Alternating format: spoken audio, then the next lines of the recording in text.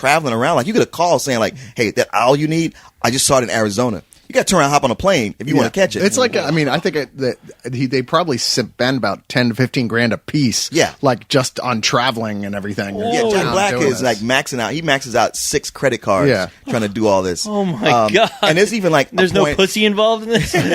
Well, a tiny bit. Because there's a very subplot of a romance involved with Jack Black and Rashida Jones, who plays another person. Yeah. She's not doing a big year. She's just one of those people who's out there to do it for fun. Oh, I'm sorry. You know what? We haven't actually explained the concept of the big year, or did we? Yeah, we did. Okay, we started I with guess that. we did. We launched believe with me, that. it's still stupid. But that's the thing. It's like you never lose that point of going like, this is dumb. Why are you doing this? Right. But it does eventually win you over. The thing about having a big year is that you don't want anybody else to know you're doing a big year. Yeah, because then they're going to step up their game. No, I don't mean just want regular people to know. It's like, I'm going to go on tour and cross-dress. Because then Rashida Jones is definitely not going to sleep with you. That much is a guarantee. Like, the other birders don't want each other to know they're doing a big year. It's like, oh, you've seen a lot of birds. You're doing a big year? Not me. Yeah. Really? Because Owen Wilson does not want anybody to break his record. And if they're like, if we let him know that we're doing a big year, then he's going to step up his game and we'll never beat his record. This is the most embarrassing version of Fight Club that you can possibly imagine. What's funny about it is, like, you actually, like we said earlier,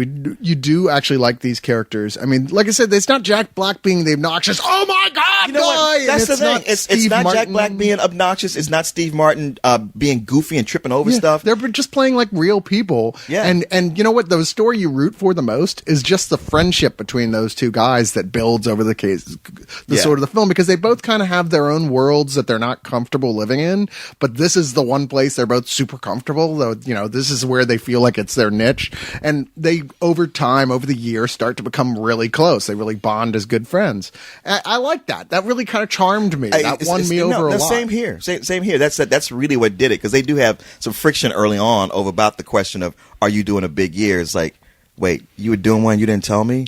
Wow, I thought you were my friend. But then it's not a cheap comedy like, miscommunication, so I'm going to do something completely outrageous. No, they act like thing. real people. They act like real people do, and then it gets fixed, and they're like, oh, well, it was just a misunderstanding. Okay. And that's like the end of that. I'm like, wow, that's like what would happen in real life. Yeah. I like that. I mean, it's almost kind of fun, like, to go, like, just the traveling part. Although, like, there is, like, the big thing you got to do. If you want to win, you got to go out to this little tiny town on the coast of Alaska.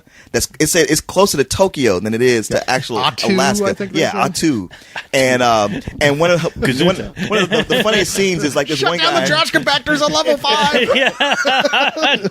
One of the best scenes is one of the guys who likes to go all these things. He brings his new wife for their honeymoon, and she's all excited. And he get there, it's a shithole. There's rats running around. You're freezing. You're out like in an airplane hangar.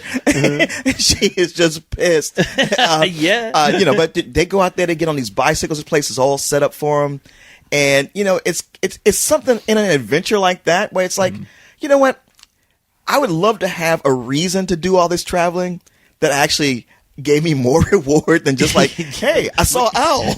Right now, an owl take a shit. Oh, that's amazing. Hey, wow, that one owl that you see in the forest with Jack Black and Brian Dennehy, though, that's an impressive fucking owl. You got to say. Geez. When you look at that giant, it's a giant gray owl, and I was like, holy shit, that thing's a fucking dinosaur. It's like, hey, you know what, guys? There's something called the fucking internet. It saves you a lot of money. And the thing about this movie is they never really sell you, or I don't think they're even really trying to sell you on how awesome birds are, per se. Yeah. They're trying to sell you on how important it is to these guys, though. Right. Why it means something, and that they're not just crazy people. It's just everybody's got that something, that thing that, for us, it's watching movies. For those guys, it's going around the country seeing birds, and it sells you on that in the sense that, like I said, it feels real. They feel like real people, and I really love the way they sort of show you all these different locales they go to, like extremes of weather and all over. I guess it's only North America was the rule. Yeah, only North America. Yeah. But it's you kind of get into like a Zen-like space by the end of it, where you're just like, oh, this is actually kind of relaxing just watching this film. Well, it is. The movie that it kind of made me think of was The Way. Yeah. And just that, you're on this travel. I mean, ultimately, what does it mean? But it's all about the journey and what you get out of it. And I was impressed by the fact that these guys do this, and it's all based on the honor system. I mean, if you wanted to go out there, you could just say you saw birds that you didn't. But nobody does that because then it's like, well, then what's the point? Why would you even do that? And the fact that they can, they get out here and they make such a sacrifice just for their hunt, just for the enjoyment of it. I don't know. It took a while, but there was just something kind of nice about that. Yeah. It's funny. A lot of people have accused this film of being toothless and not very funny.